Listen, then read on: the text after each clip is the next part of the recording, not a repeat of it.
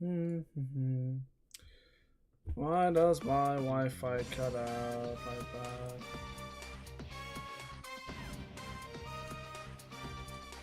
And why is my Wi-Fi suddenly fine when I restart, man? It's weird.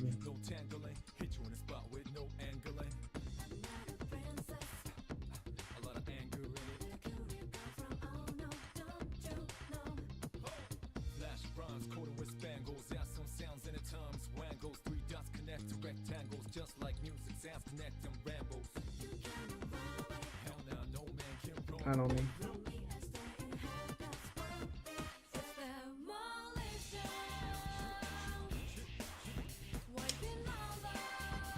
Yeah, as I was saying, before I was so rudely interrupted by my Wi-Fi cutting out.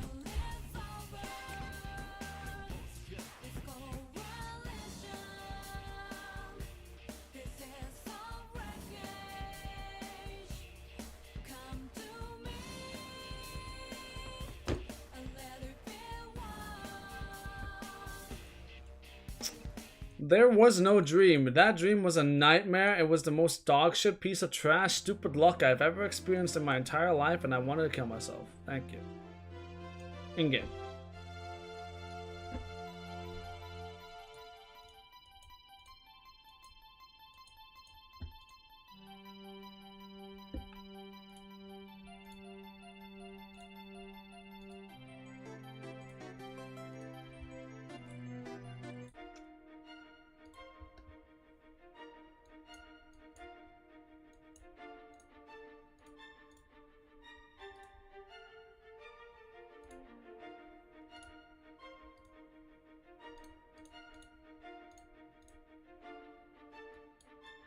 I promise I didn't rage quit. It was literally my Wi-Fi.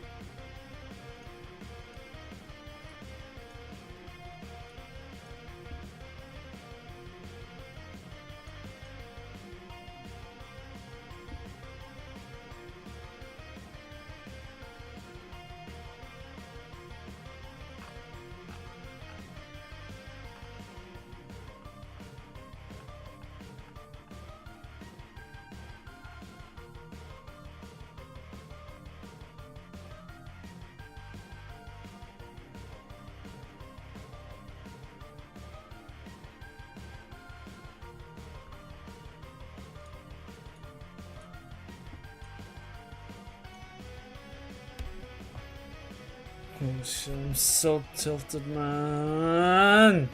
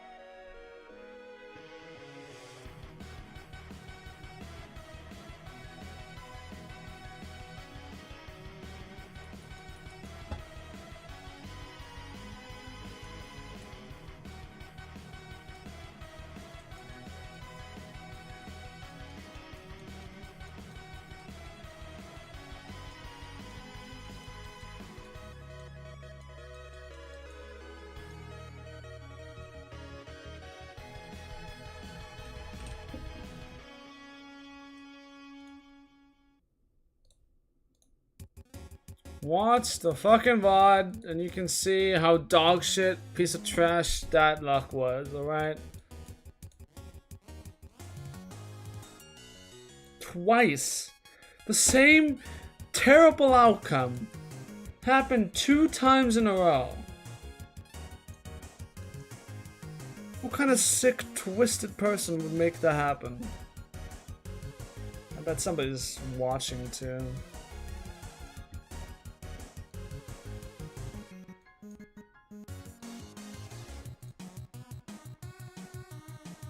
Like, yeah, we're gonna give him so bad luck. Oh my god, it's gonna be so funny! Luckily, they're they're done quick. That it's harder than it's harder than you think, right? Because you always want to add that one thing. Oh, maybe this is fun, but you know, a lot of that stuff weighs you down, and it's like, did you actually make the game more fun? I am a higher legend rank. A lot of those ideas sound cool, but then you look at as the game holistically, and you're saying, did a new player, like we were at Gen Con, right? When a 7 to 30-year-old sits down at the table, make it more fun for them or not? And a lot of that micromanagement, yeah. You know, it did make it less fun for people. And one of the great things we learned at Gen Con was people loved the idea of sit down, hit a couple buttons, drag, and they're having fun. And they're having a good time. And if they're having a good time, then they're willing to dig deeper and read more cards and really grab it, you know, grab the game by the horns and dig deep on it, which is great. So yes, core gameplay. And yeah, Croker, you said the same thing. Eliminating gold lets you cut right to the core of the gameplay. You know, and a lot of that too, Yuck, I've always felt this too, but I thought that rolling in auto battlers or games like this, taking an action, spending a resource, I feel this way in deck builders too, but spending one of your resources to refresh the shop, necessary in some ways, but to me is always a bad experience. I don't think that's fun. I think that is a side effect of, oh, we need a way to see more options, or we need a way to make sure you're not stuck. And I know people really swear by that mechanic, but it's okay to have that mechanic in the game and say it's necessary. But I think it's important to note that that's not a fun experience. It's not fun to spend resources to re-roll your shop. It's a mechanic of the game you might have to have. So if you don't have to have it, if there's a way to get around it, like silver shops or spells or something else, to me, it's a positive to not have to waste resources to refresh something that doesn't give you any value. I think that's super important.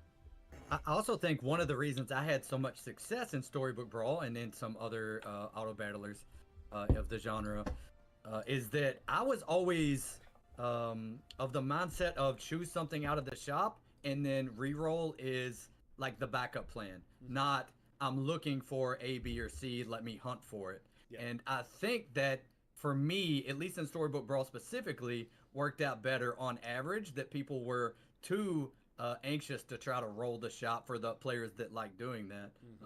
And speaking of extra shops, I don't want to glance over the comment from Bellarino, which is, I still like the number of shops, or I still feel like the number of shops seem hard to grasp for new players. Like every other day I read a question about free spell plus breadcrumbs. And yes, 100%. It's intentionally subtle right now. There's probably room for improvement there, and the wording is changing. I don't know if you want to talk on that at all, Barney. Yeah, let's talk about that real quick. So I think there's a couple changes we want to play with there, Bellarino. I think some of that, it's a combination of a couple things. I think one, the wording is slightly confusing the way it is right now, which is re-roll, you know, roll a new shop is not necessarily explaining what's really happening. You know, what's really happening is you're getting a bonus shop. Now, most of the time you see that, you're spending a shop to get that bonus shop. So yeah, in essence, you're essentially re-rolling it. And a lot of games call that re-rolling it. So I can see where that misunderstanding comes from. It's not crazy to understand why that's happening, but you know, it's not really re-rolling per se, it's getting a bonus shop. So getting a free spell, I can definitely see how people understand that as, oh, I'm just re-rolling this shop. No, you're getting a bonus shop, but you know, it is confusing. So I think it's a combination of like, it's a little bit weird how it's worded. It's also not the most inherently obvious interaction, which doesn't help too. When you have it's one of the more confusing interactions in the game combined with confusing wording makes that tough.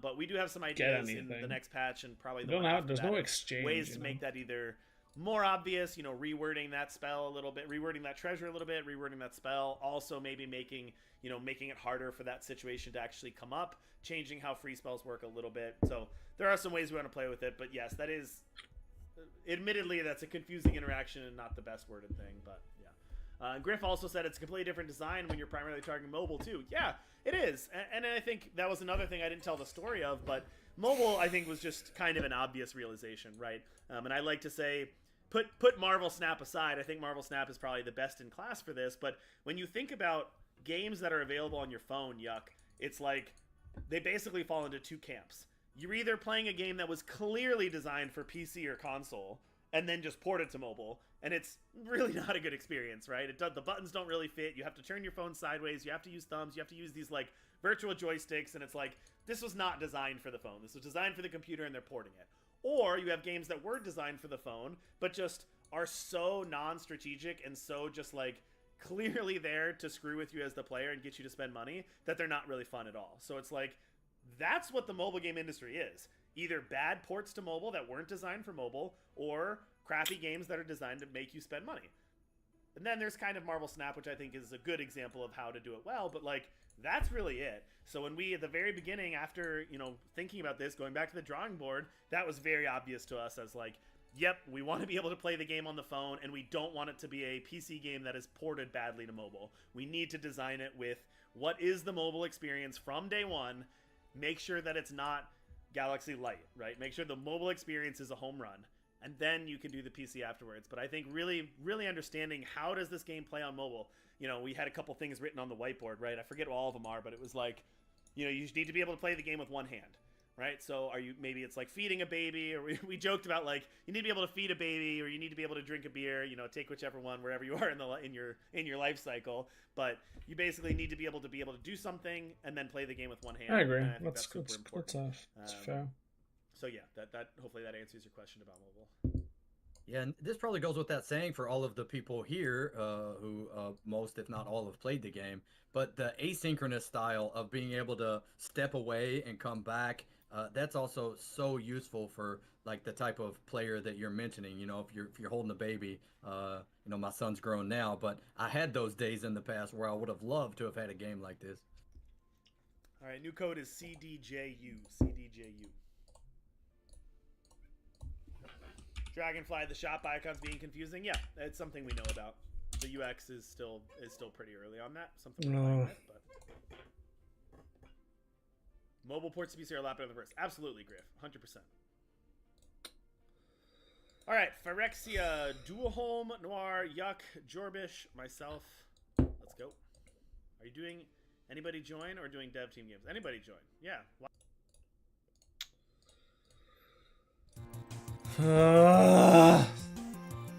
Why'd my one game be terrible?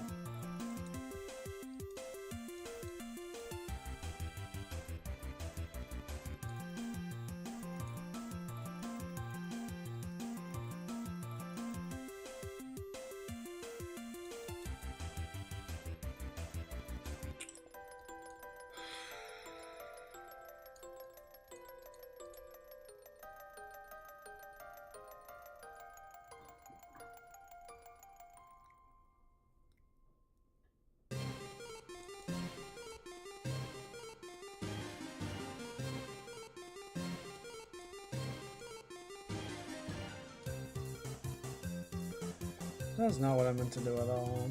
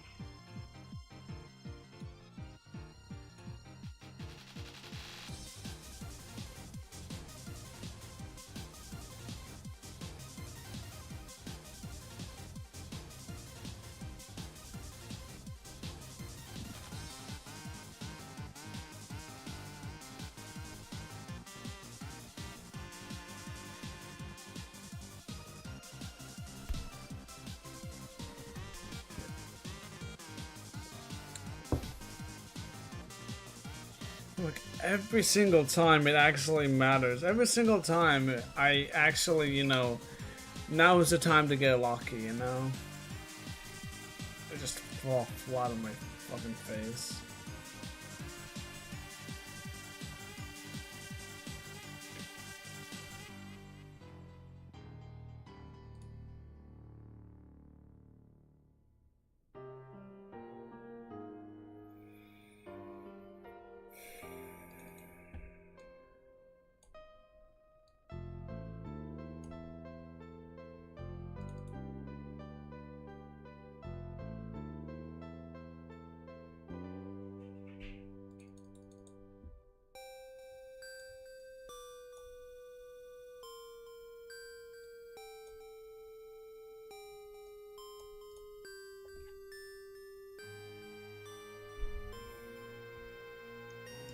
Imagine I had this set up.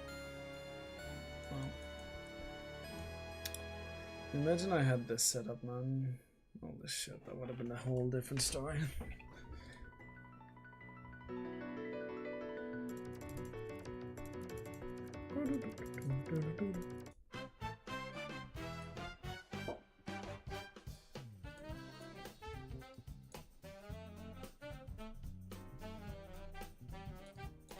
People are probably thinking I'm terrible at the game now,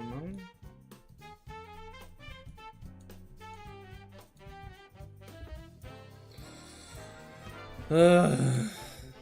So frustrating.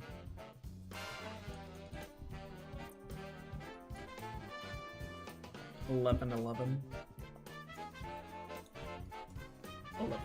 12 this time actually.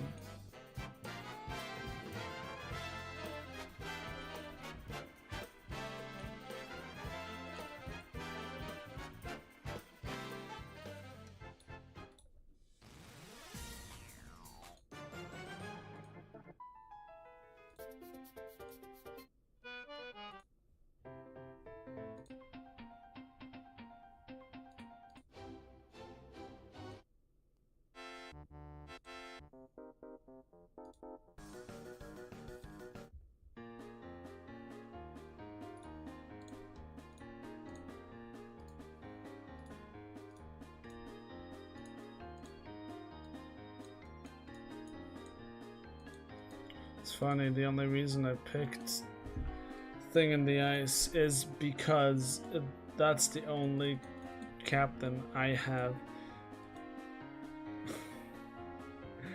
I have Herc. Yeah, my Wi-Fi cut out. No, Wi-Fi cut out. Yo, what's good, Shade? My Wi-Fi just cut out. Just restarted and it's right back. Incredibly weird.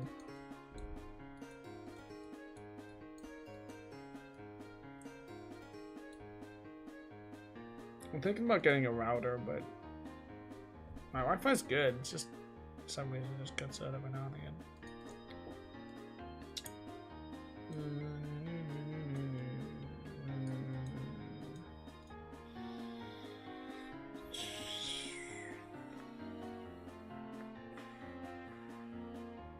Boom. Oh, trust me. I'm in physical pain after that game. But I'm dramatic, so.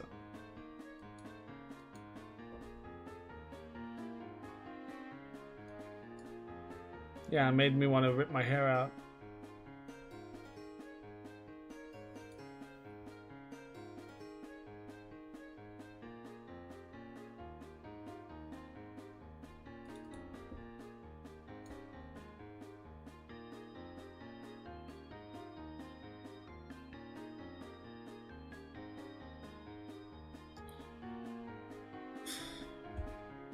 I know.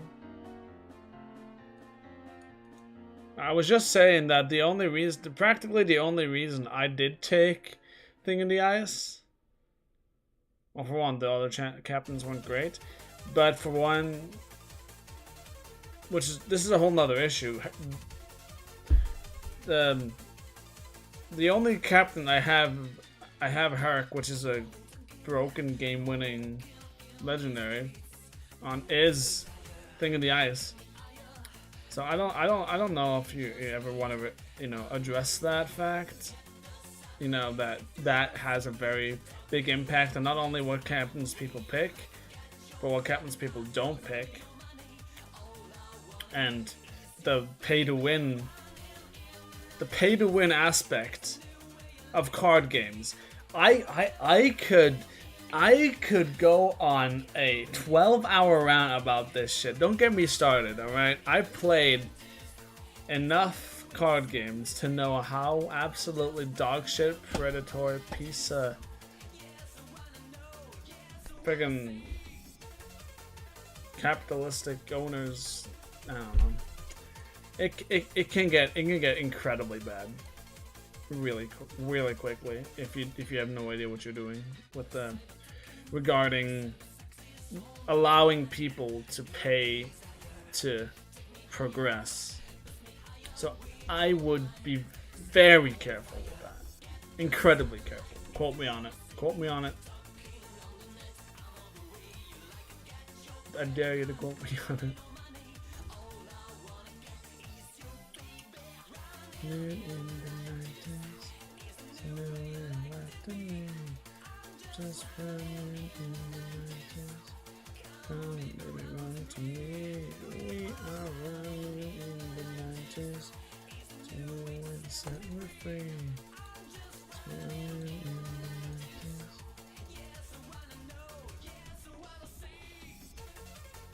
Yeah, but what about the few people who don't have the money, don't have the I guess. I understand, but like, it's not gonna be a minority, the people who don't want to pay, or the people who just don't have the money to pay. The balance is making the assessment out to few players for them to have a shot to compete.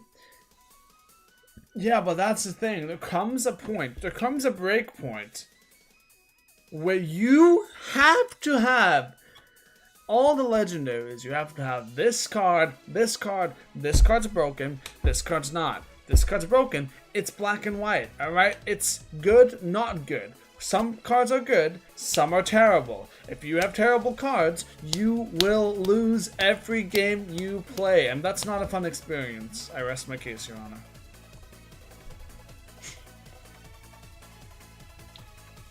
And trust me, I have been there. 15-year-old Buck has been there. No money. $10 a week, probably. I think it was 20 maybe. And I would not waste that on Hearthstone packs, let me tell you what.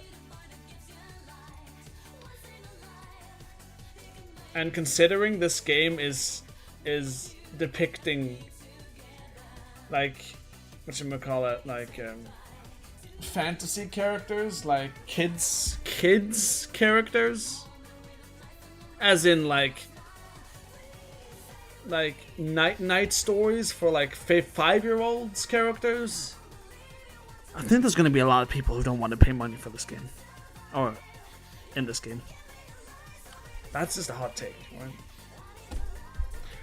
You have to have it if you want the best min-max chances. Yeah, but it's hard. Like 5% matters. All right, 5% matters. Every single edge you can get could be the difference between you living and you dying turn 5. There are so many minute changes that could completely, like, shift a game of, like, a card game on its head. But that's just the nature of card games, right? Like, if you get blackjack, you get blackjack. That's a good analogy. Blackjack is a free win. If you get your win condition, you just win, you know? Like, there is no other ways around it. Unless obviously with this game, there's just even a lot of countering to do. If you get your win condition, and your opponent either isn't as lucky, or isn't, you know.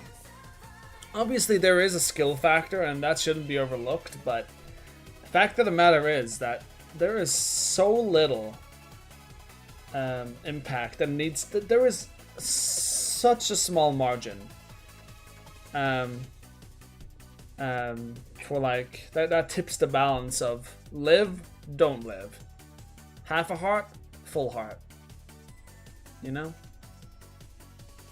And not having game-breaking cards in your collection is just an example of that. It's just the biggest example of that. That's the most blatant. It's the most. You don't have this card, unlucky. Unlucky. Sucks to be you, pal. You don't have the card to win the game. Yeah. It's very like objective. Like, you have this card. You got unlucky. Like, there was a 50% chance you win the game. 50% chance. Honestly, flip a coin at this point. Flip a coin. Like, roll a d20. If you're a free-to-play player, the only way for you to win most lobbies in high elo is to roll a natural 20 on a 20-sided dice. That's how it feels. You have to roll a natural. You have to have every possible thing go in your direction for you to have a chance. In live lobbies? Forget about it. Forget about it. Especially against veteran players who have every single card in existence. You kidding me? I don't think anyone thinks that's a fun experience. I would love to talk to everyone else about this. Debate me, bro. I could go on all day. All day, every day.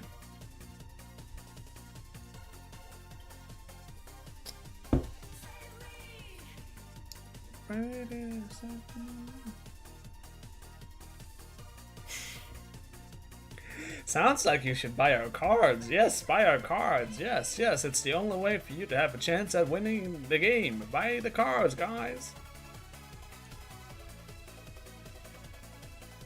I mean, that is the business model. Don't get me wrong. You guys are doing everything correctly. Just from a player point of view, it's just very underhanded. But I mean, I don't know. Maybe you guys are gonna find some way to. But like, my favorite card game now these days is Legends of Runeterra, and the only thing they sell is cosmetics. You can only buy with real money. You can only buy cosmetics in Legends of Runeterra. Only.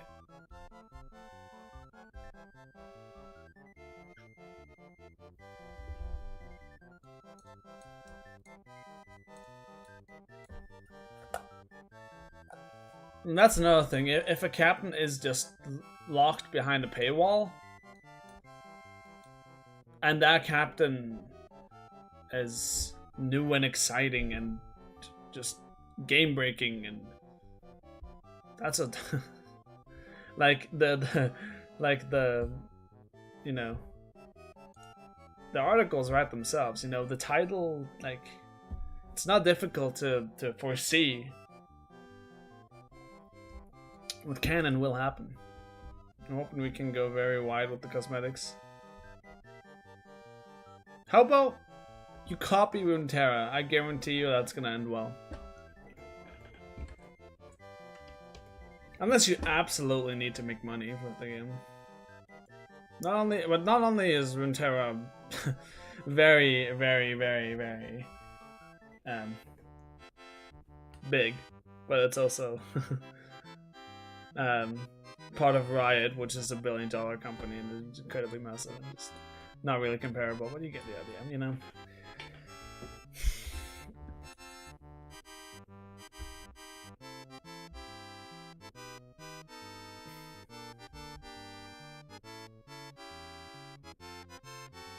And people who actually care about, you know, winning, they're gonna buy stuff, but what are you gonna do when that has real life consequences?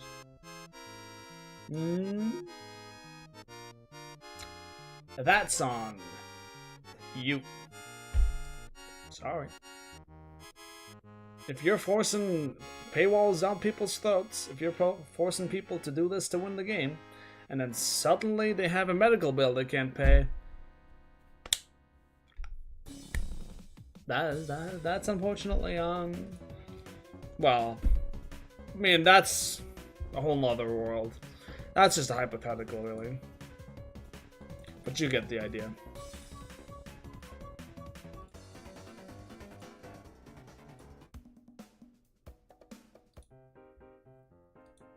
And don't get me started on the whole whale like situation where people get addicted and they continue to spend money because they have to spend money to keep up, and then they spend more and more and more and more and more.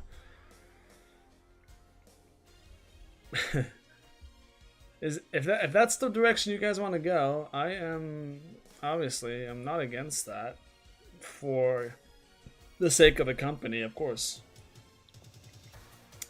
But as a player, that just isn't right. You know? And that's what can happen if you take it too far.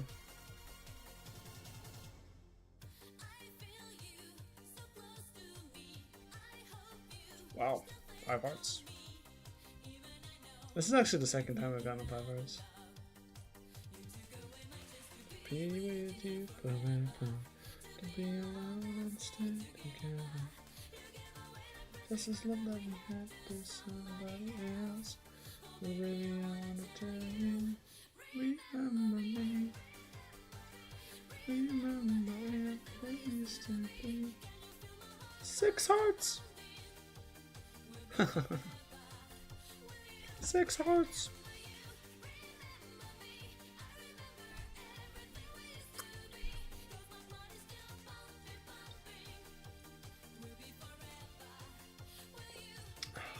I hate this captain now. I do.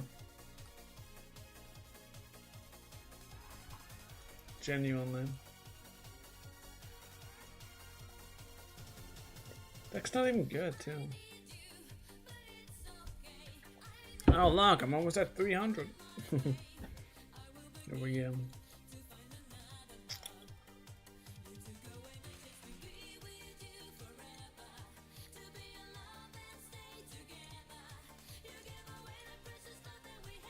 Okay, well, competitive players feeling like they need to spend money if they don't want to spend the time to progress. I'm also okay with that. Are you kidding me? If you're competitive and you have the funds and you have the money for it, I'm not against it at all. The issue is when you get people hooked on something that they can't afford. And they're too addicted to stop. But only time will tell if this is going to become one of those games. It all depends on what direction you guys want to take the game.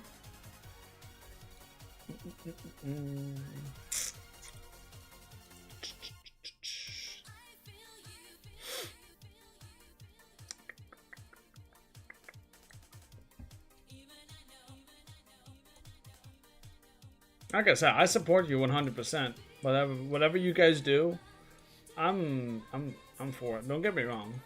It's an awesome game. But it's so easy to like undermine the experience of the game, like the raw experience, because of predatory microtransactions that are just there to get people addicted to the game. Like, people get addicted, then they see that they have to buy this to progress, or like progress faster, and they I mean, you already know what that. Yeah, I mean, that's what we've been talking about, right?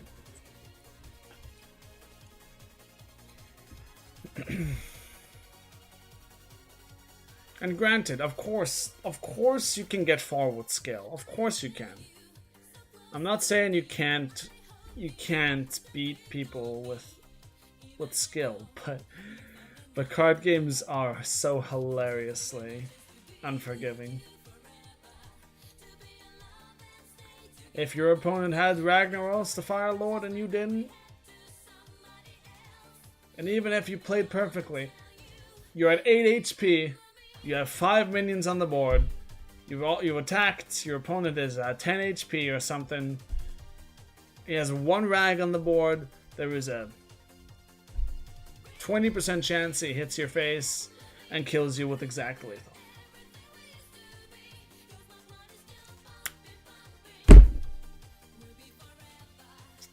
Unlucky, guys! Unlucky!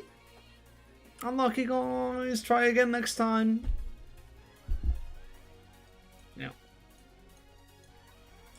Ultimately, card games just come down to whether you can turn probability in your favor. Yes. And then it's totally... Yeah, of course. Yeah, you get it.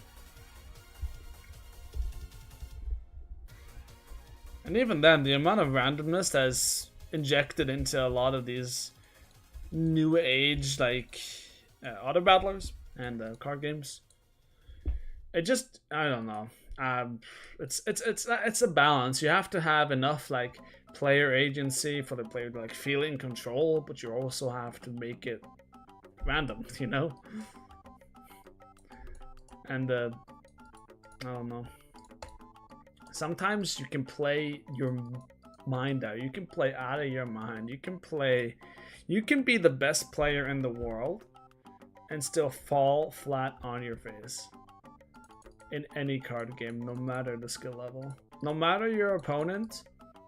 The phrase never lucky and never punished. Bad players are never punished. Good players are never lucky. Does it ring a bell? Even if you have the best cards in the game, you could still get unlucky. So I'm not saying that, you know, just because you have the best stuff, you're gonna automatically, like, skyrocket to the top of the ladder, you know. I'm just saying what's on my heart. In fact of the matter is, if you are so competitive that you actually want to spend money on the game, you probably know a little bit about the game as well. And how to, you know, yeah, build the deck and how to manipulate RNG and all that stuff. In every way you can, because every little bit matters. Every little bit. Every little bit matters.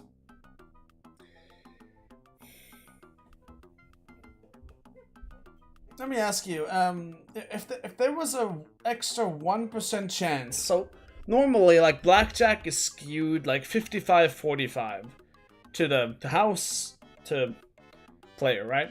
If you could skew the odds to 44-40, like 54-46 or 53-47, you would do that, right?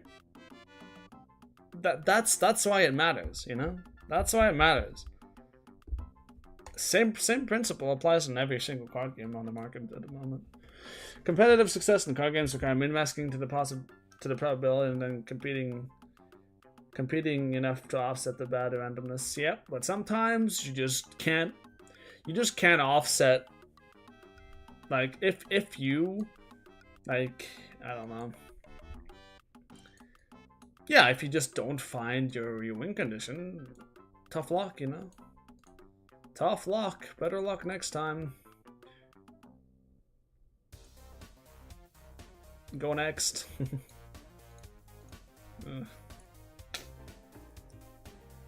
Go next, long bud. Go next. I'd be happy with the. I'd be happy to debate this with somebody if you're down. I'd be more than happy to debate the not legality, but like the ethics of the morals and ethics of card games. If that makes sense.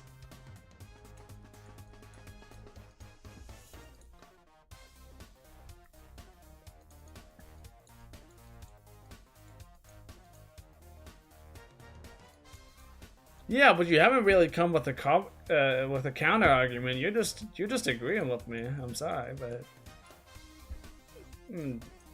that's fine. I mean, it's perfectly fine to agree to disagree as well, but so far from what I can see, we're agreeing. So I don't know. Is there anything else you want to? Is there anything you want to bring up that we might disagree on? I'd be more than happy to. I think Marvel Snap was stupid for not shipping boosters. See, the thing is, I haven't played Marvel Snap enough to have a big opinion on it.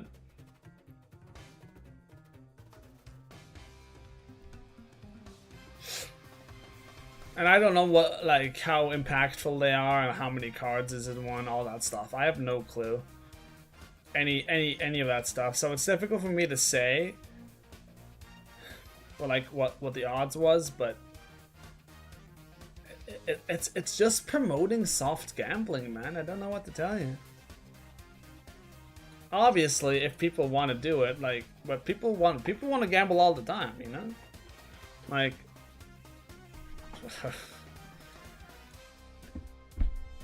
it's a numbers game.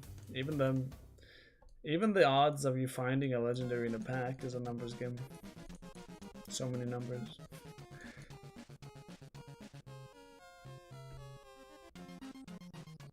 Yeah, but people use the money they get from tournaments to buy packs, and then if there's another tournament, then you have an advantage. Early on in the game's life cycle, there's a lot of hype. Streamers run tournaments with cash prizes. You buy 50 packs, you get 10 legendaries, you make a good, really, really, really good meta deck, you win the tournament, and then you profit on that said investment. Hypothetical or reality?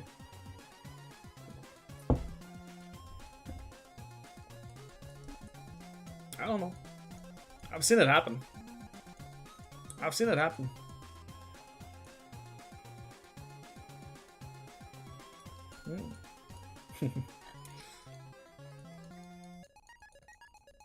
Soft gambling. Obviously. I said soft gambling because it's not actually gambling, but also, you know, for streamers, being noticed in the ladder and being noticed in the community for being a good player involves having the best cards. It does. A lot of people wouldn't be where they were today in the card game and streaming scene if they didn't put money in the game. And there is nothing you can say that's gonna make me change that idea I have. Yeah.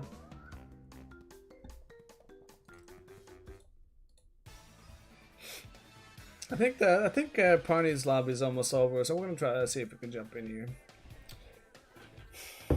Or we can talk about something else if this is getting a little bit too depressing.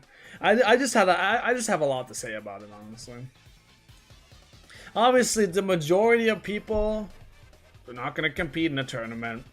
They're not streamers, not content creators. Like, most of the people just want to have fun playing the game, and if playing the game and having fun playing the game means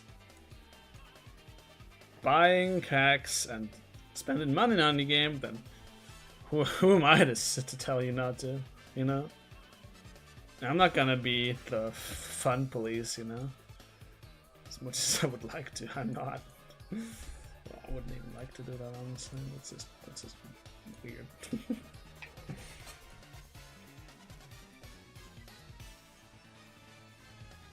It gets to a point at a lot of times where it becomes a real problem, and that needs to be addressed not only by the community but by the developers themselves. A lot of the times people just, oh, you spent money on the game? Oh, sorry, no refunds, guys. No refunds. Oh, you want help with this? No, I'm sorry. Oh, sorry. We can't. No refunds, guys. Like, so, but anyway. I'm just speaking in hypotheticals here. It's never happened to me personally, but I've never been addicted to any certain game that has required me to, you know, pay lots of money to have an edge, per se.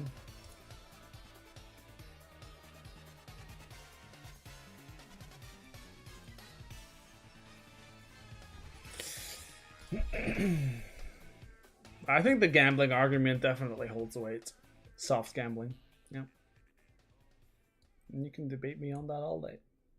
Would you prefer we offer no way to acquire cards without granted? Yes. I would prefer that, actually. I would actually, but then again, you have to make money somehow. So, like I said, I can see the other like. Okay, well, I can see like the other end of the coin. You know, I can see the other end of the stick. Like you guys gotta make money, and I understand that. So, whatever you do, I support you. I've mentioned this time and time again. I'll say it again. Whatever you guys end up doing, I support it. But now at least you know my thoughts on that. Am I dead? I'm dead. Oh, come on. No card game ever offers that without charging money. Runeterra! Legends of Runeterra. This game.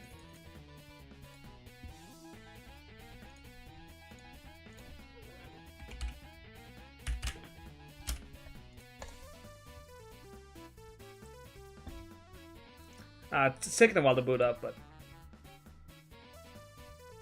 it doesn't. I don't think it does. I don't think it does.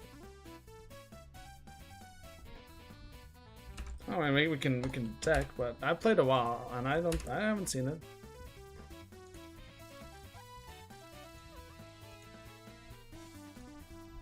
These are okay. These are wild cards. But this could actually be a good solution. These are wild cards which you can use to unlock any legendary in the game and common and rare. So that could actually be a solution. But there's no actual like cards like this legendary, you know, or this pack, or yeah. But I'll give you that they do these wild cards.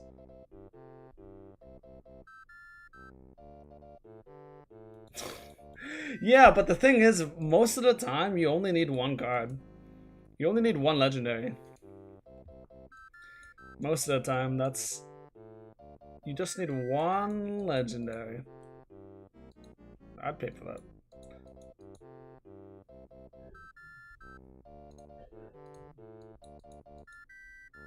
Small legendary.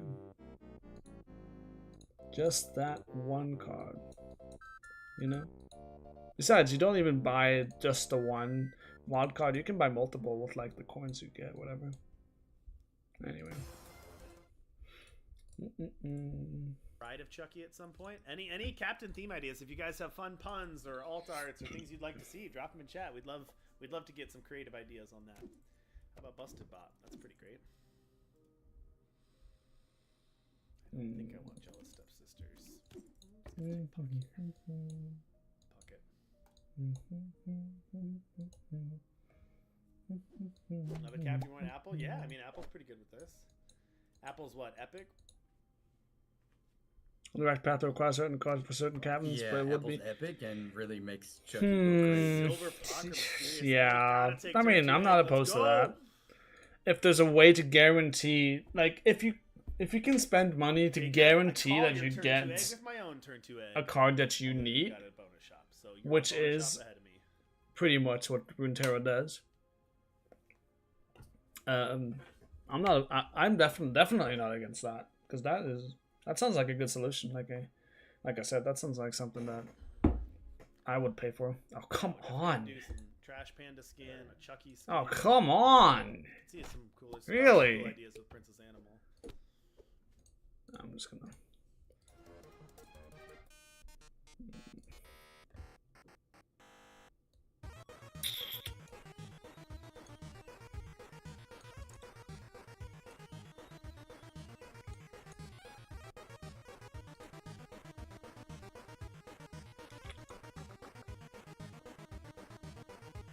I think we should. Oh, I remember that. We got that.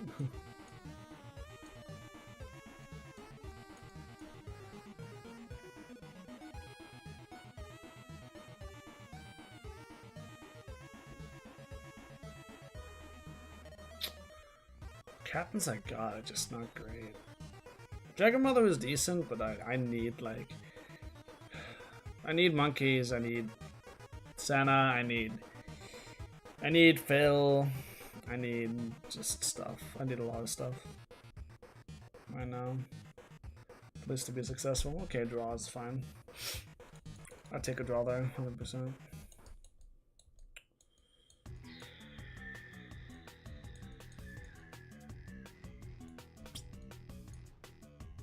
That's crazy.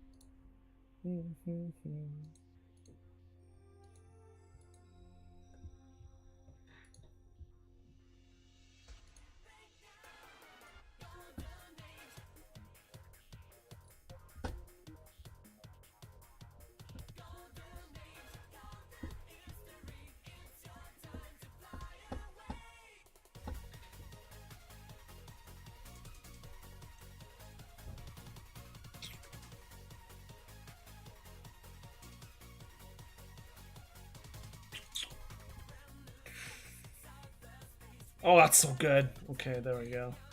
Now we are talking. Now we're talking.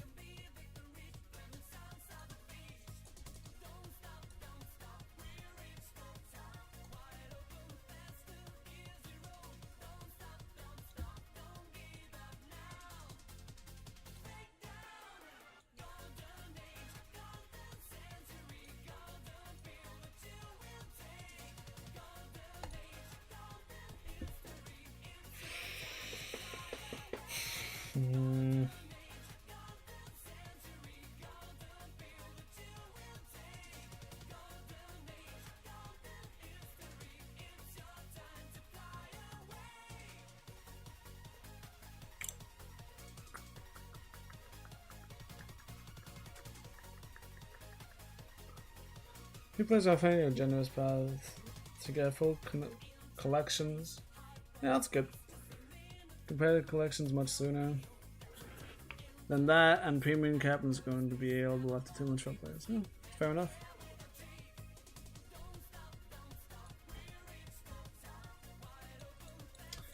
I lost that again, really? That's ridiculous. That's ridiculous.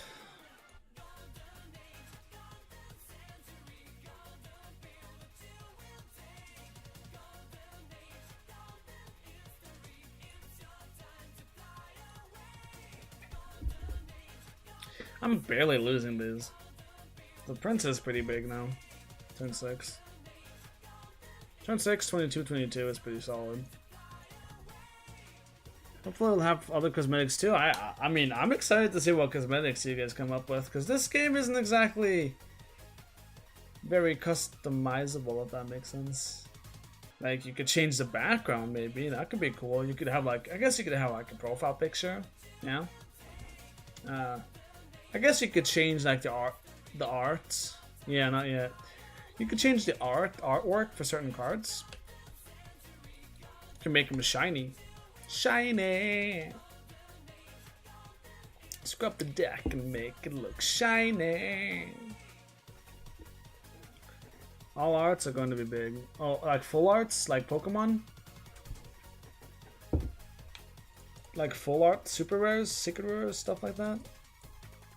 Or am I misunderstanding? I don't know.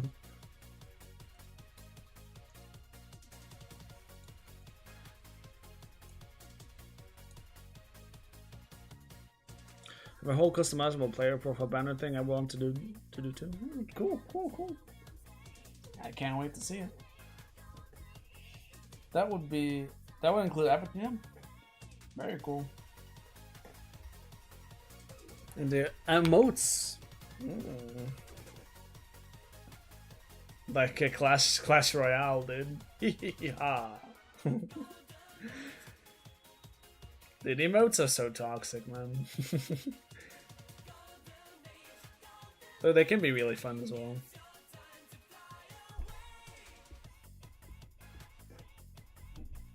I think that's something that most people would actually spend money on.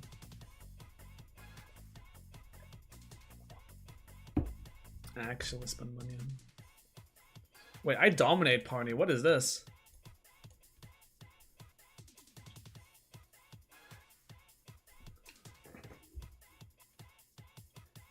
Isn't party very weak for this?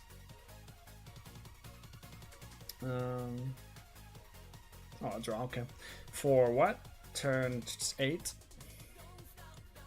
If there's a different order there, I demolish him.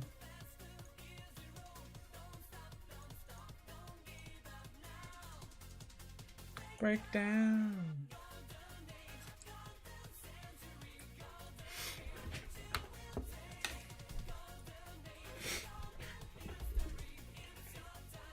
Fly away.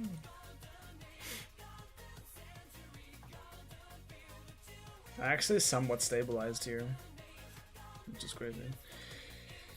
Crazy.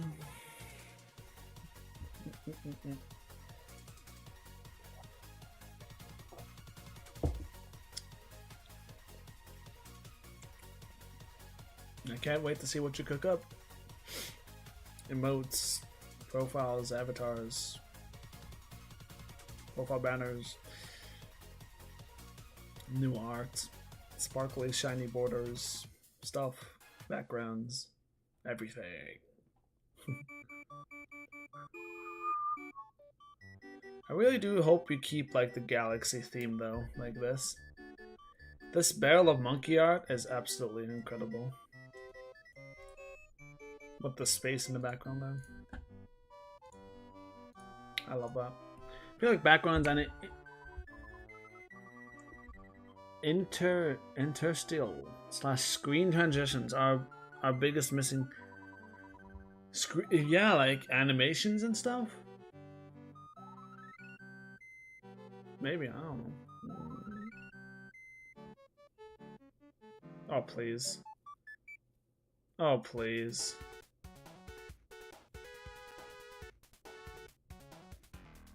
Dude, that's ridiculous! Oh my god. Oh my god. Snipes, Frankenstein, good trades on spoiled prints.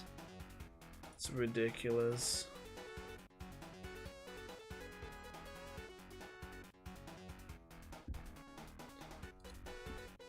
Abs will be much stronger once we have found the front animations and screen transitions, and the backgrounds can do a lot more story. Yeah, cool.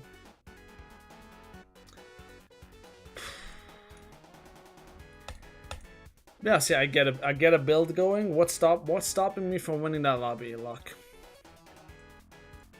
Yeah, just luck. Just luck. Luck because I got a terrible, unlucky with the captain I got. Like Dragon Mother is just not great. Luck because I didn't find Santa. I got monkeys, but I didn't find Phil. But monkeys is, I mean, monkeys isn't transforming either. Monkeys is just a good card. So I don't even know if I should count that as being a quote-unquote synergy with Dragon Mother.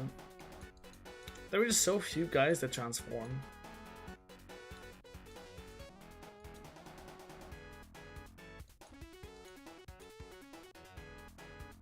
Then again, I might not even have the cards that are best for a Dragon Mother.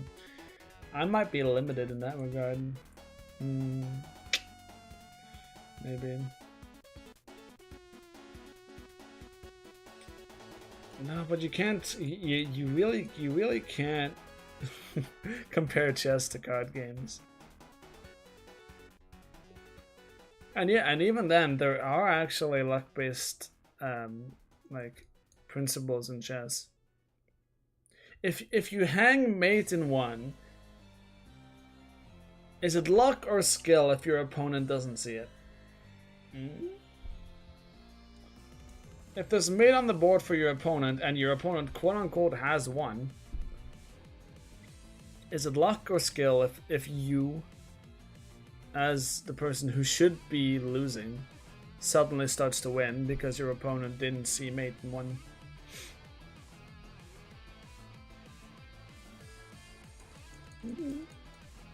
Speculating.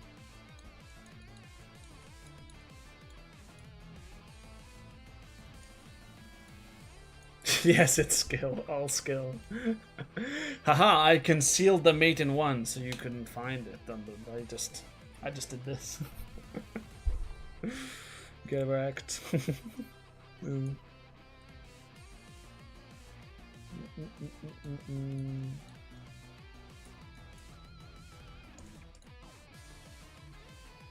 Yeah, it's a skill issue for the opponent, yeah. So I guess, you know, in that sense, it is a skill issue for the opponent.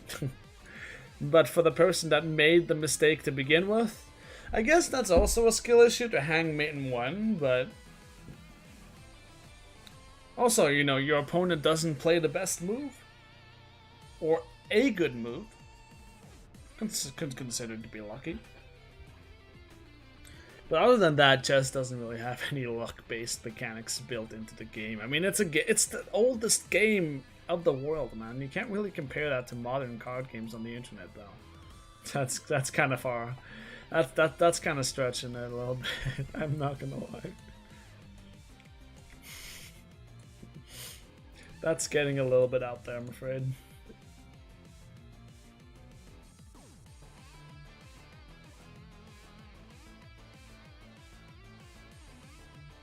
Well, I mean, there's also, you know, just who you're playing against. If you play online, you get matched up with people who are around the same rating as you. But if you just go to the park and just... That's also true. But you can just say, I want to play white. Or you can just not play until you get to play white. There's an option to not play chess unless you get to play white. You haven't started the game until you start. You get me? And once you start, you know, sure, white has an advantage. Sure. But you can choose not to play if you don't play white. And that's stubborn. That's kind of shitty behavior, but what can you do? I mean, a lot of people in history would be very annoyed if they wouldn't like get to play white. Like, if you were playing against some, like, noble in, like, the 1800s, some noble guy, some sort of king, or, like, some person from the clergy or whatever, and you said, can I play white? They would look you in the eyes, they would spit in your face, and they would execute you immediately, pal. You would not dare. Obviously, that wouldn't go like that here, but... Some people would just straight up deny you if they don't get to play white. And that's, yeah, it's shitty. It's but the game hasn't technically started yet until you make the first move. It's like, what color piece do you want in, like, what, not like this matters, but just as an example, what piece do you want in Monopoly? Like, you know? Although it's not the same thing, the game hasn't started yet. You could say, if I don't get the car, I won't play. Same with white. Same with white and chess, white pieces, yeah. I'd argue it's pretty similar. Though, in Monopoly, it doesn't give you an advantage, obviously, but... Yeah. If you flip a coin, let's say that. Flip a coin, it's luck. 50-50. But 50-50 is...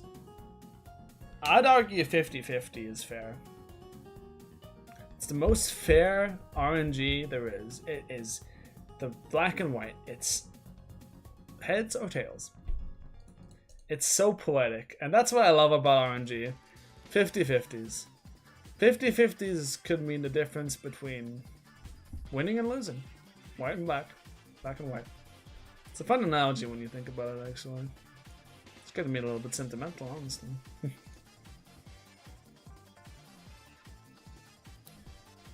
The art of RNG manipulation could not compare to a simple 50-50.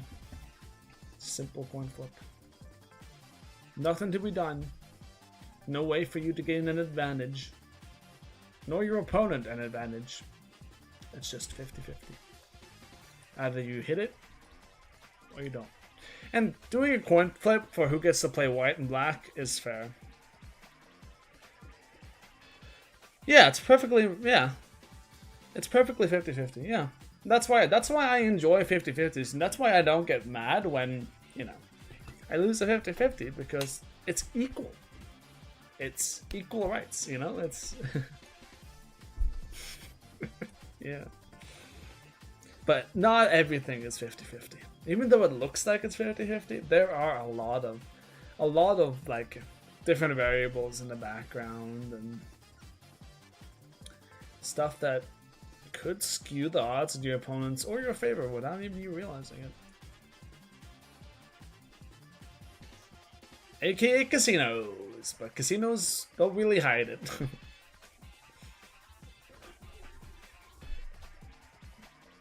Yeah, but that's a bad example because that's not 50-50. I'm saying it's not as fun though. Yeah, that's fair. It's more fun to play games where you end up having a 30% chance of succeeding because of a matchup, how the game went, etc. Yeah, but like, how would you know if it was a 50-50, a 55% chance, a 40% chance, 20, 70, 80? You don't know. And that's also part of the magic. You do not know the odds. Don't tell me the odds, Mr. Bond. I don't know. I don't want to know the odds. I don't want to know the odds either. The problem with chess is that it's deterministically solvable. Yeah, skill in the game is equivalent to your ability to think ahead better than your opponent and know the right answers. Yeah, but there's also the fact that there has not been a... Like, when you sit down and play chess, after like say, 6 or 7 moves, your position has never been seen before by another human. By a robot, or by probably a robot. I'm in simulations and stuff, but let's say by like turn 15, right? Move 15, your position is unique. It's infinitely unique. There is nobody who's seen that position in a one-on-one like board or with a board game, right? Probably a computer, you know, I mean these days, but and that's the thing, you know. Metas is not a thing in... Sure, you can say that this opening is better in chess, but a lot of the time they're equal. A lot of the time it all just depends on how your opponent responds. But in card games, you have cards that are just objectively better. You have metas, you have just decks that win more than they lose. You have decks that have 55% win rates, no matter who plays them. There is a reason metas exist.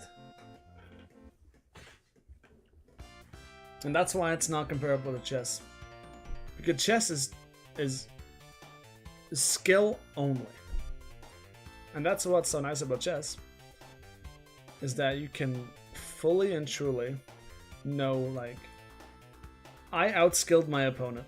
Whereas in a card game, you have no clue. You have absolutely no clue if you outskilled your opponent. And honestly, you couldn't care less because you won and your opponent lost. So, in card games, you have a chance to have a queen on board when your opponent doesn't. But you both have equal opportunity to have queens in your deck. I mean, that totally depends if you're playing the same deck or not. If you're playing the same deck, if both players' decks are identical, sure. Comes from 0 state, which just starts as... Yeah, that's also fair. How the game starts is different, but I mean that's just how the game starts. Like you can't, like, you can call a spade, but like that's just what chess is, you know. Like.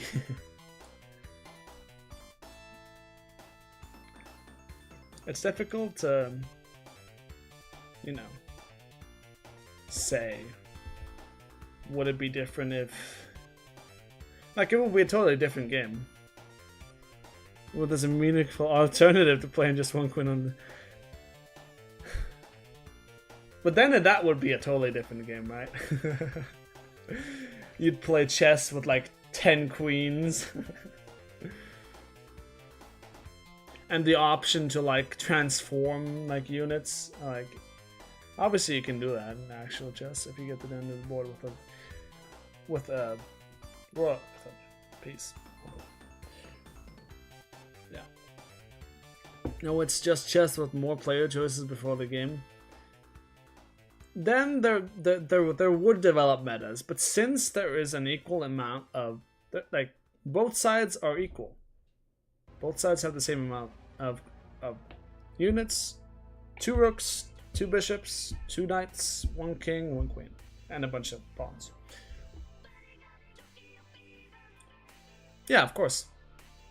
But what if suddenly one of them played the meta? Suddenly, the entire back row was queens, whilst you only have pawns. Literally only pawns. With a king, a queen, and the rest of the units you would have. Who is more likely to win that? Who's more likely to win that?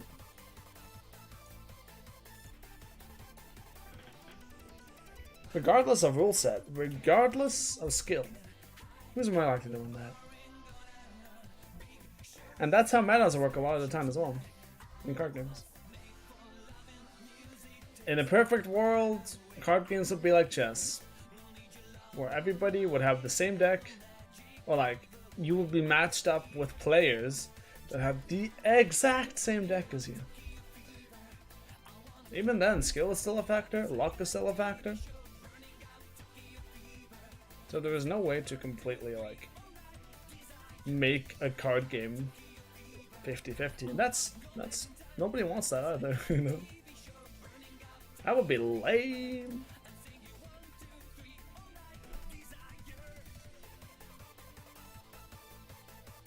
That would be pretty lame.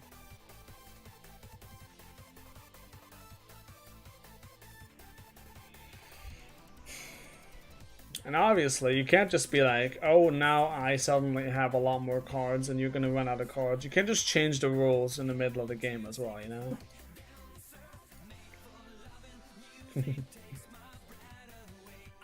That wouldn't exactly fly in the card game community, I don't think. You can't just be like, ah ha ha, new win condition, this unit attacks you, I win.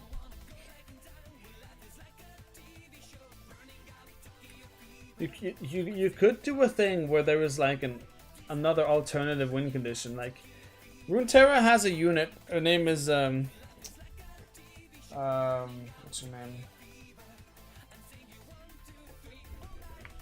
name? Beauty before the blades and gold. It's just like French. Elite, not Elise. French League character.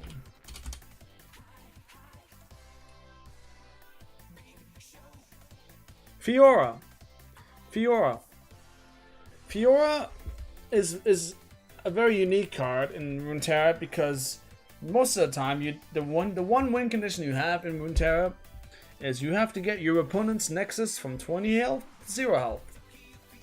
But Fiora, she wants to be different. Fiora has the win condition, like an extra win condition, which is kill 4 units, win the game. If you are alive after you've killed 4 units consecutively with Fiora, you just win. I'm just making an example. I'm sure there's a lot more stuff like that in Magic as well. And that makes the game more interesting because that could suddenly skew the game in your favor again. And then, and odds of a game, not only card game, but chess, go like this. Woo! Mistake, woo! Mistake, woo!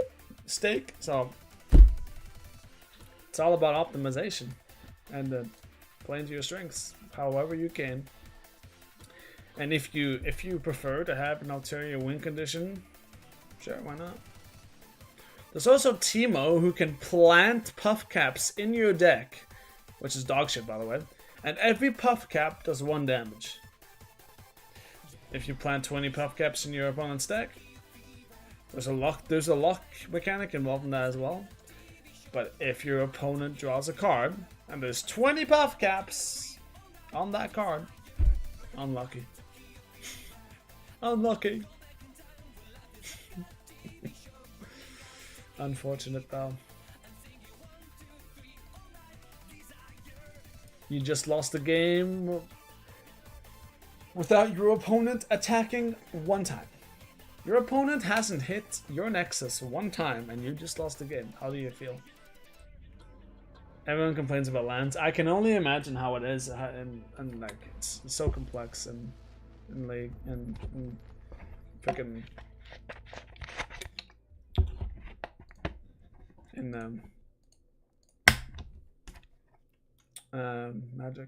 Magic together.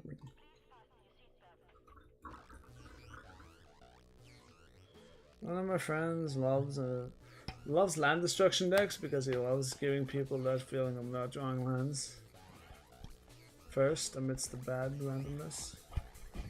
Thirst amidst the bad randomness.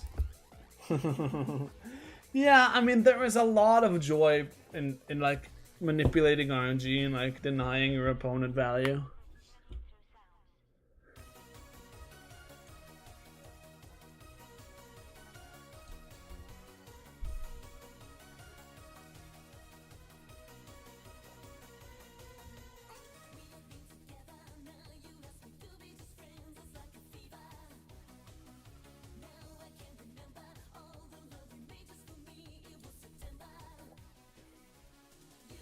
You meant to me about the shuffler in Magic. Well, the fact that lands even exist in Magic. Well, I think you're playing the wrong game if you're complaining about that. Because as far as I can understand, lands are a big part of Magic.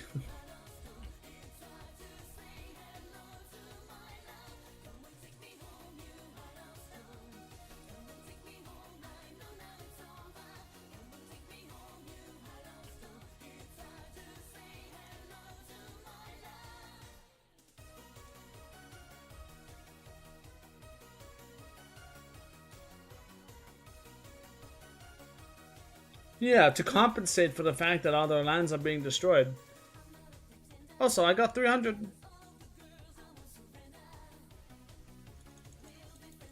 Is this impressive? I don't know. I don't know if that's impressive. 392. Oh, wait, we're gonna get 392.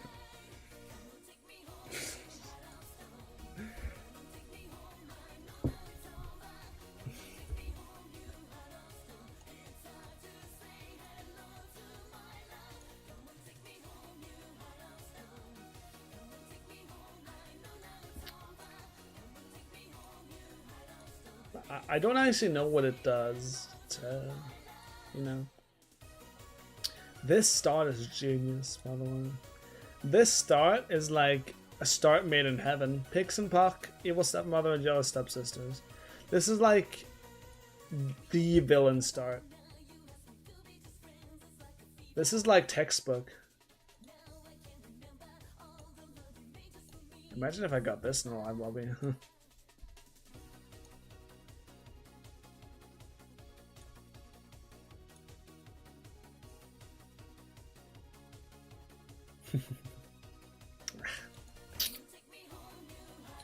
It's textbook, dude.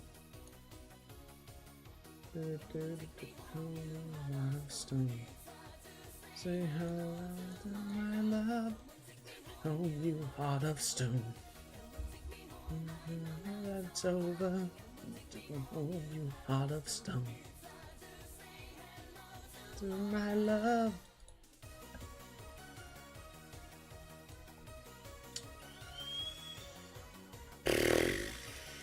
Sure.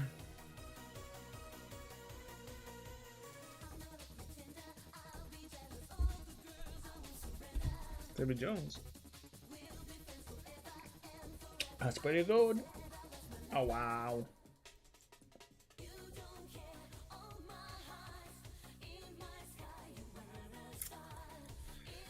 That's so crazy, man.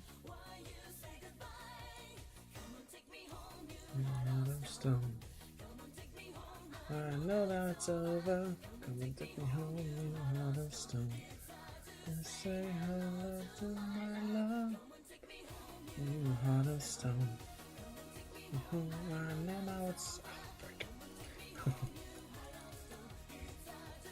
Say hello.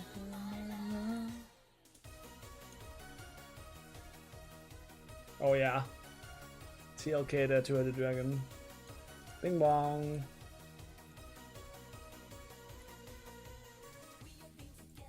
Really?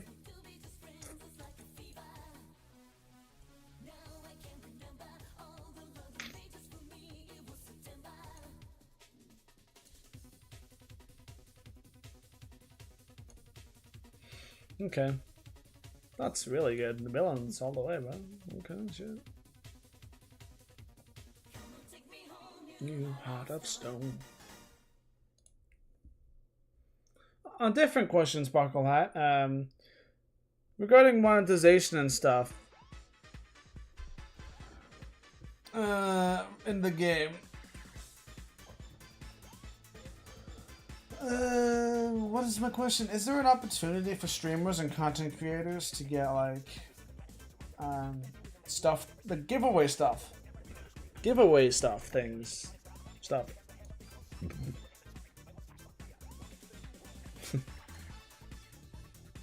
Is that like in the works? Have you thought about that, or is that not something you guys want to do?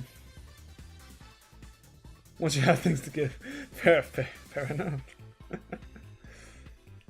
Not really a monetization question. I don't know why I said it like that. Well, yes, but no. It's always nice to like give somebody who wouldn't normally afford something the option to, yeah, play on an equal playing field for the people that actually, you know, have money they want to spend on the game. I always thought that to be like a nice thing you can do for the community.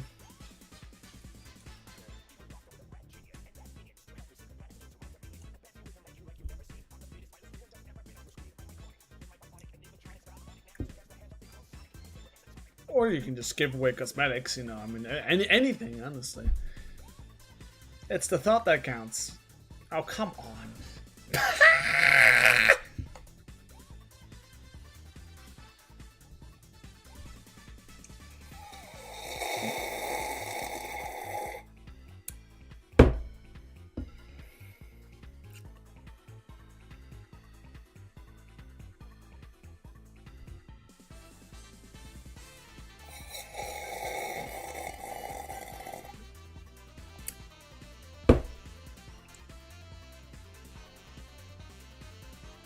Voila.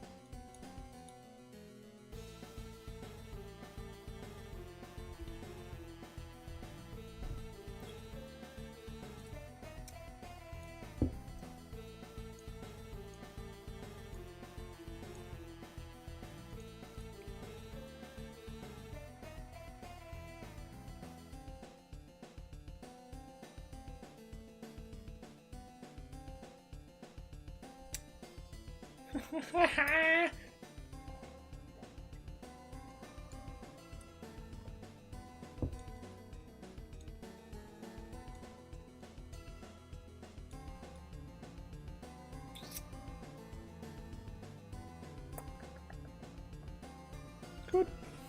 50-50.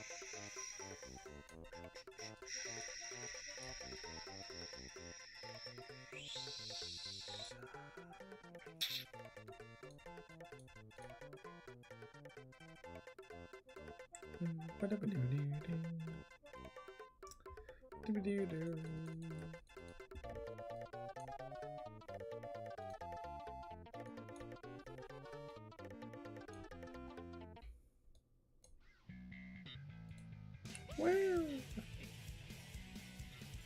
Oh yeah. The speed of sound. The follow down. To keep moving on. One way to find out. I'm moving ahead. No time for guessing, find your looking instead. As you can see, follow me, set me free. Just me and we will escape from the city. Get through, follow me, set me free. Trust me and we will escape from the city. Prove it's here. Follow me. Oh yeah. Just looking out at every turn.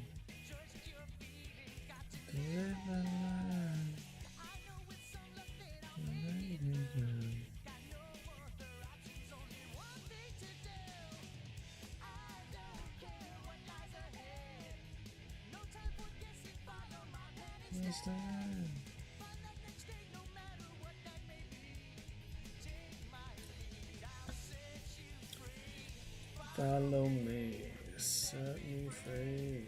Trust me, we will escape from the city. Get through, follow me, set me free.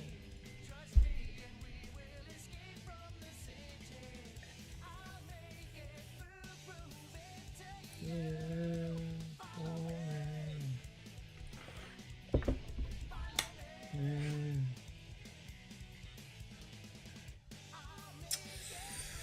Wow, even with all those the buffs, man. All the buffs couldn't do it.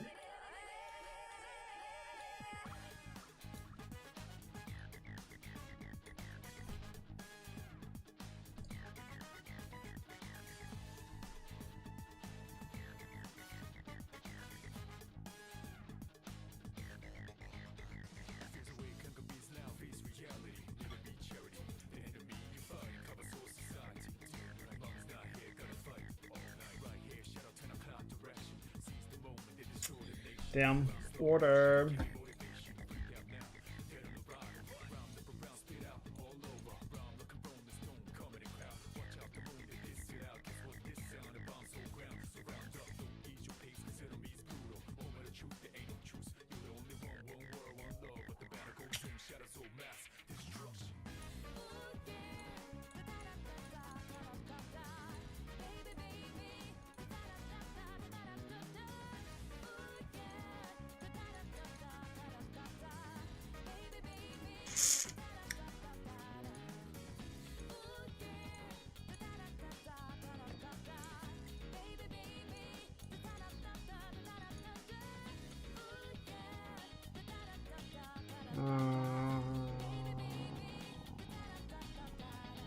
Oh,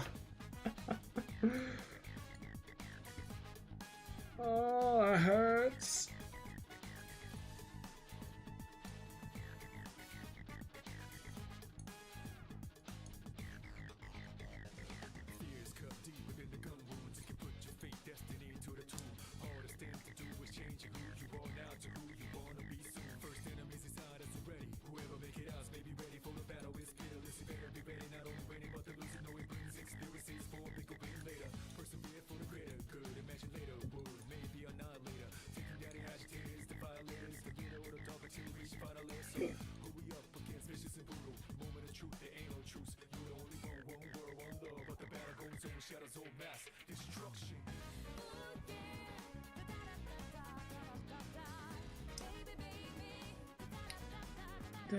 Oh yeah.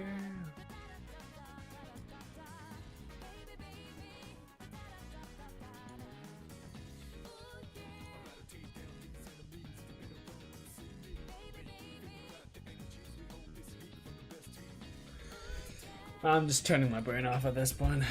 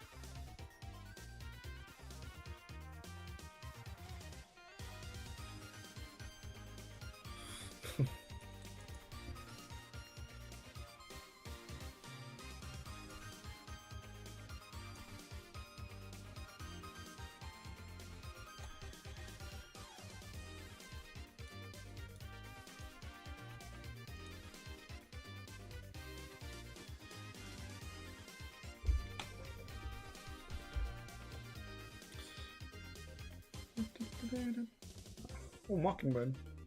Oh, what the?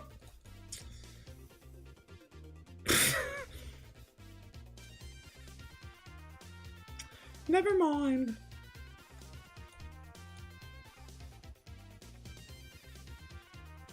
Oh, you thought you got lucky?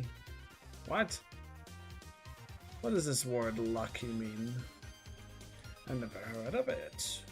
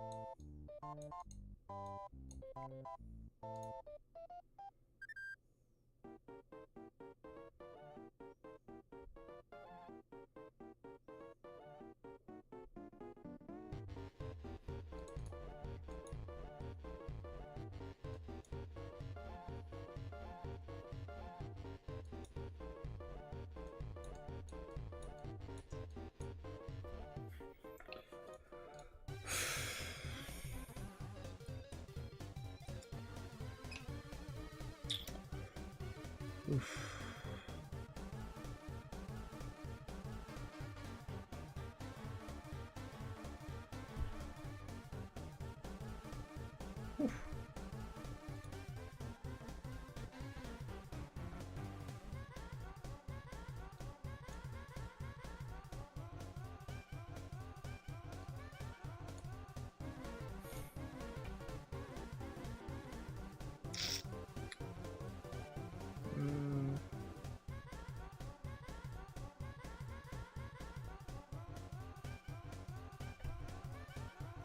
So I don't even know what's happening half the time. I just know that I'm winning. And I win, yeah. Here we go.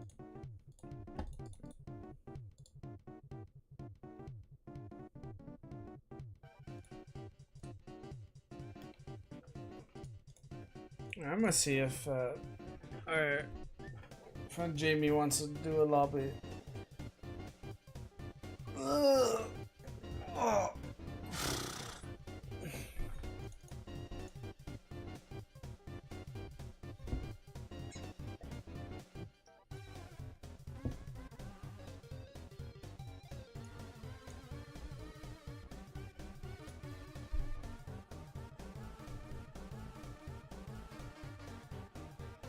No.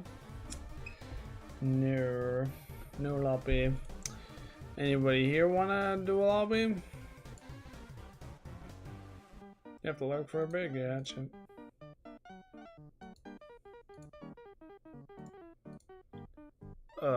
I'm pretty tired. I might have to call it.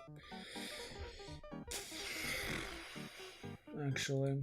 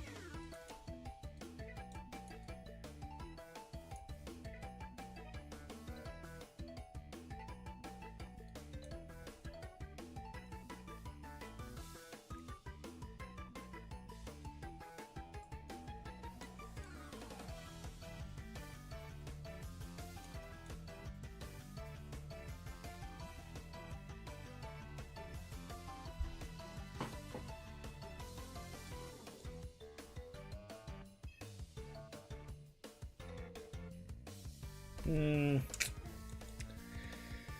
Really? Okay.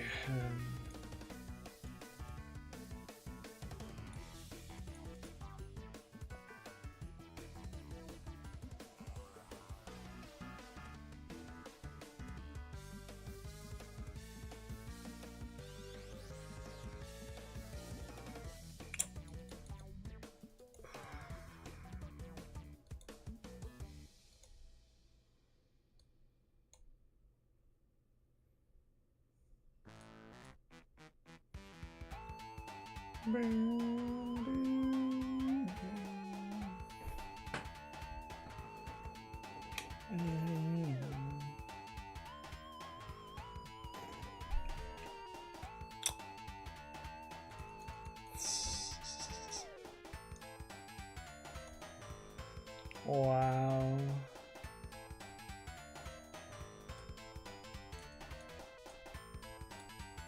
That's ridiculous.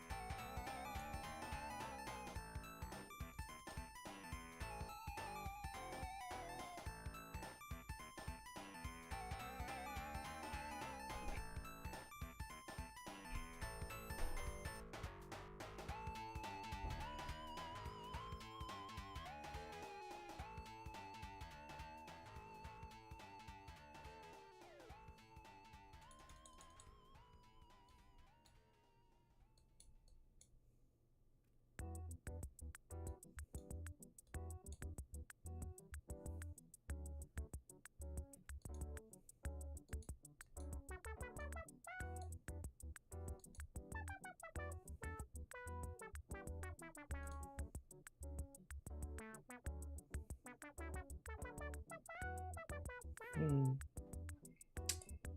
Interesting.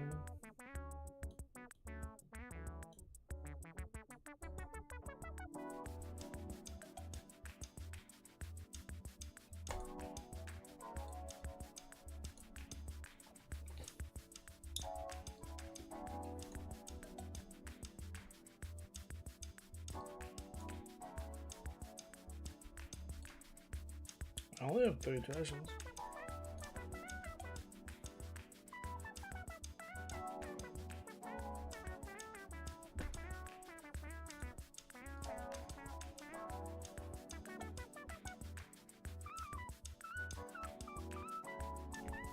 Snipes to 115, that's crazy. Still half a heart, okay.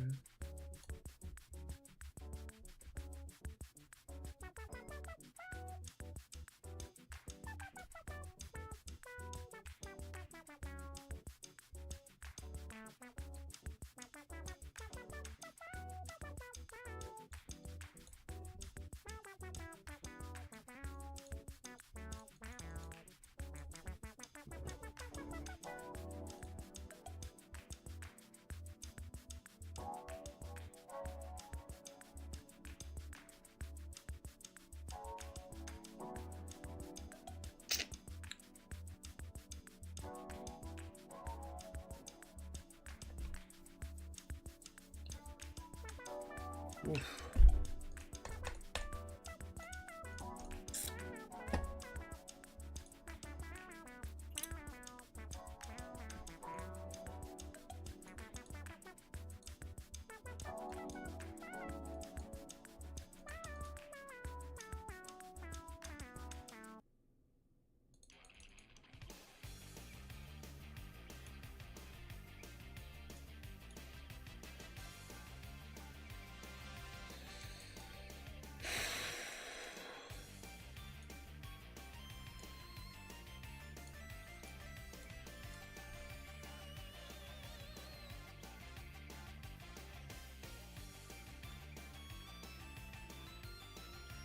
Really?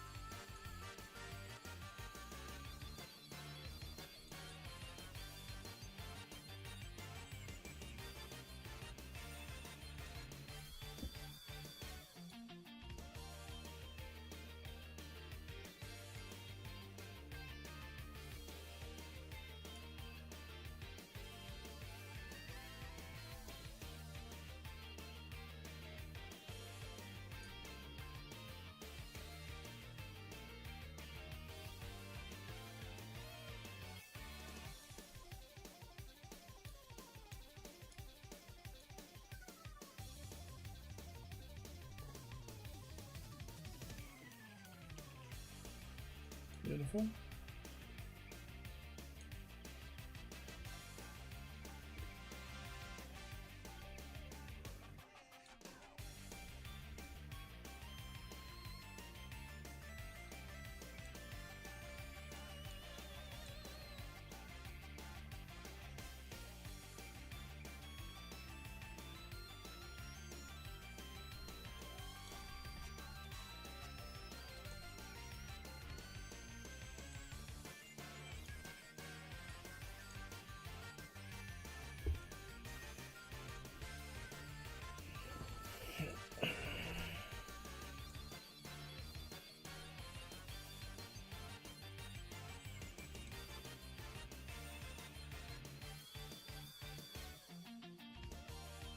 Double gladius.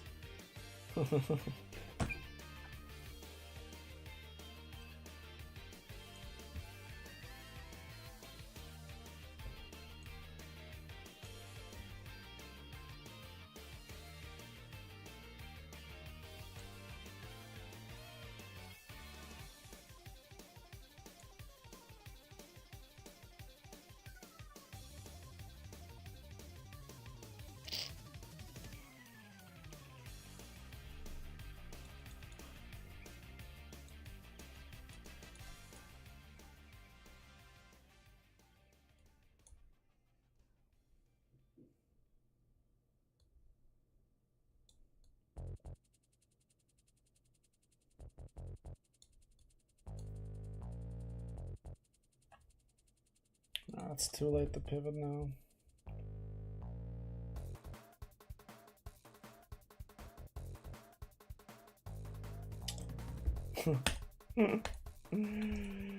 Oh.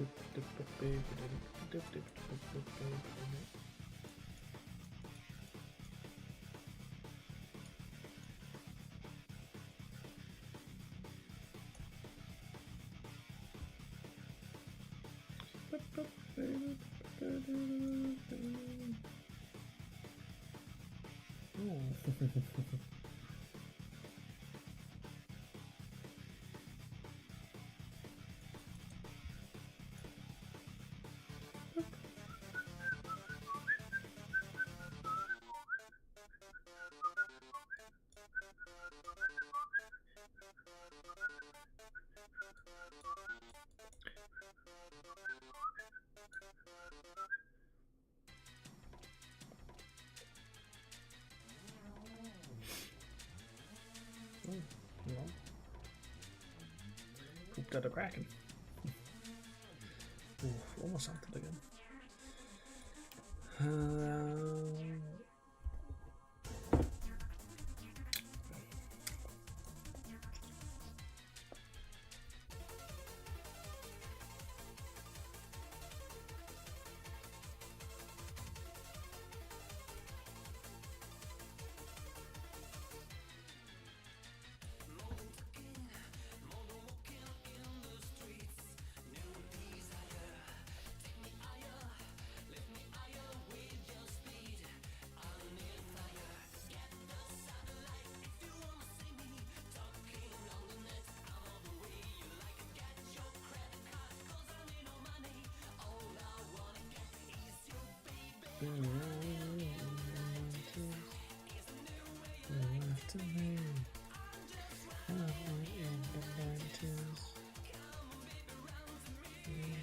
What the?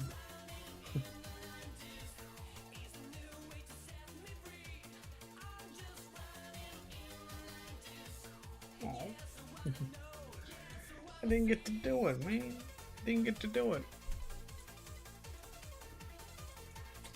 I didn't have that in my trash panda deck. Wow. Oof.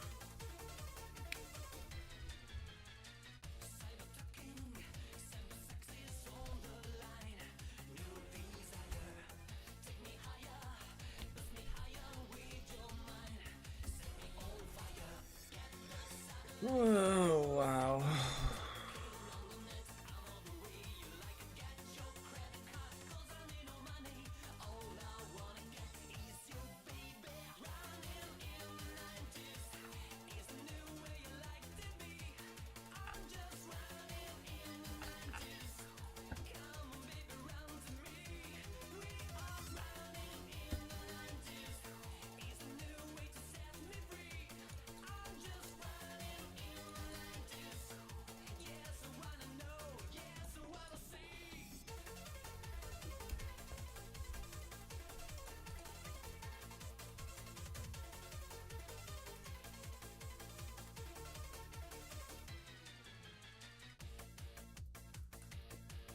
What the?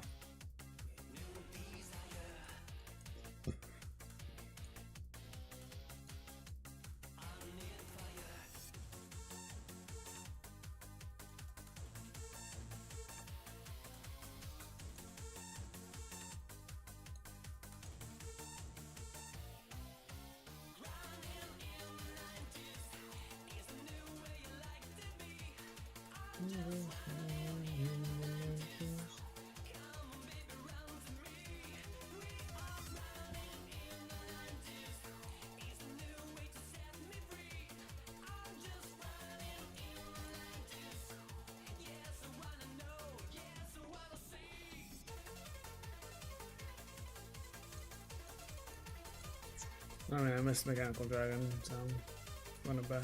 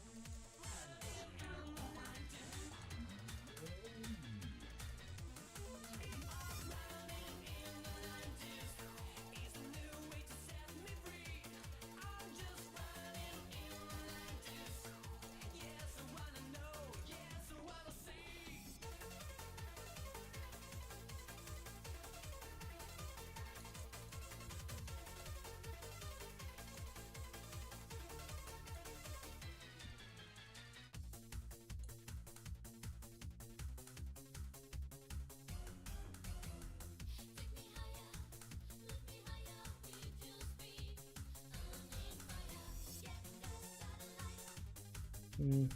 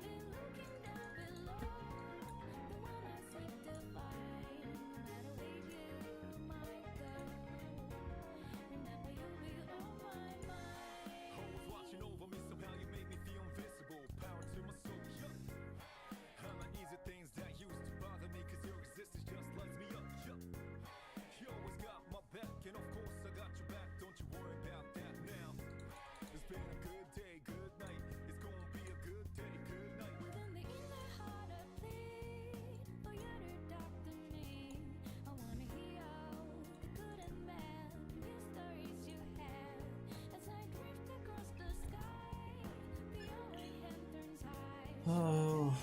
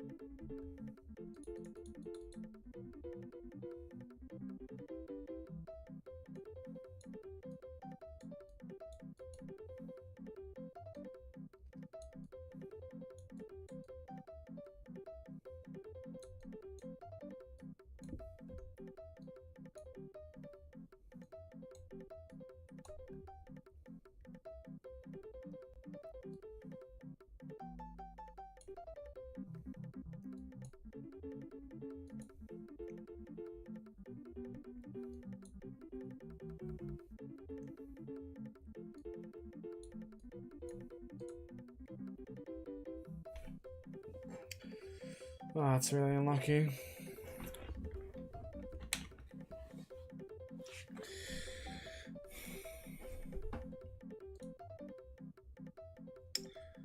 Yeah, chat, I'm gonna be completely honest. I have to go now because my eyes and my health and my everything hurts, and I'm leaving. Sorry for the so abrupt end. We're waiting. Jamie Popples, Topples, person, scan, person, female. Cool, sounds awesome.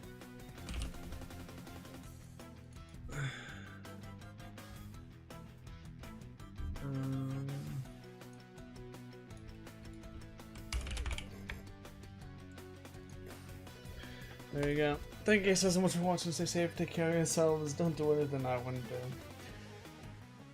But most importantly, never stop doing what you and you're doing. Oh god, I am just...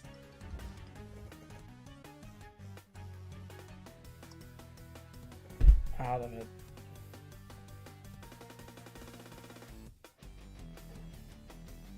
Yeah, go join the raid. I appreciate you all so much. Thank you guys so much for hanging out and making this an adventure every day. It's been really great lately, and I want to thank you guys for that. Alrighty, take care of yourselves. Stay safe. Follow my Twitter, please. I want to be relevant. Alright, bye.